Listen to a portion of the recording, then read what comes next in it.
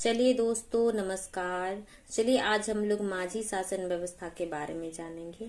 ये माझी शासन व्यवस्था जो है ये संथाल जनजातियों की शासन व्यवस्था है। ठीक है, तो पहला पॉइंट है संथाल जनजाति की शासन व्यवस्था को माझी शासन व्यवस्था कहा जाता है। गांव की शासन व्यवस्था में माझी, प्राणिक एवं गोड़ाइत नामक पदाधिकारी की मुख्य भूमिका होती है, यानी कि इन तीन लोगों का मुख्य भूमिका होता है। और माझी जो गांव का प्रधान होता है, प्राणिक जो गांव का उप प्रधान या फिर उप माझी, ठीक है। गोड़ाइत जो माझी का सचिव होता है और संदेशवाहक होता है। जोगमाझी दो माझी का उप सचिव होता है। और भोगदो प्रजा एक गांव के बुजुर्ग व प्रतिष्ठित व्यक्ति होते हैं, ठीक है। लासेर टांगोय एक गांव रक्षा दल का प्रमुख होता है। चौकीदार जो गांव की चौकीदारी करता है। और नायके जो गांव का पुजारी होता है, गांव का पुजारी होता है या फिर धार्मिक प्रधान भी उसको कह सकते हैं। 5 से 8 गांव को मिलाकर एक देश बनता है, यानी कितना गांव मिलाकर 8 से 5 गांव मिलकर एक देश बनता है, जिसका प्रधान देश माझी या फिर मोड़े माझी कहलाता है। 15 से 20 गांव को मिलाकर एक परगना बनता है, जिसका प्रधान परगनेत कहलाता है। जिस मामले को देश माझी नहीं सुलझा पाता उसे परगनेत के पास लाया जाता है।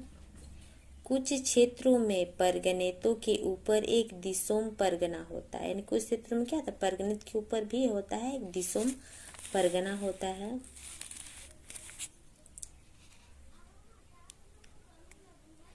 माझी शासन व्यवस्था के तहत दिया जाने वाला सबसे हल्का दंड करेला है, यानी कि 1 रुपये 50 रुपये तक का आर्थिक दंड दिया जाता है। एवं सबसे कड़ा दंड है बिटला यानी कि सामाजिक बहिष्कार का दंड दिया जाता है। चलिए अब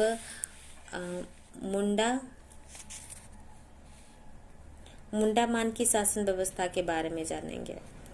यह हो जनजाति में प्रचलित है। मुंडा मान की शासन व्यवस्था हो जनजाति में प्रचलित शासन व्यवस्था को मुंडा मान की शासन व्यवस्था कहते हैं। गांव की शासन व्यवस्था में मुंडा जो गांव का प्रधान होता है को सरप्रमुख भूमिका होती है। उनकी क्या होती है, सरप्रमुख भूमिका होती है।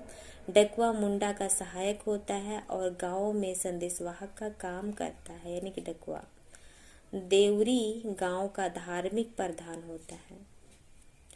15 से 20 गांव को मिलाकर एक पीढ़ बनता है, जिसका प्रधान मानकी कहलाता है। जब कोई मामला मुंडा द्वारा नहीं सुलझा तो उसे मानकी के पास लाया जाता है।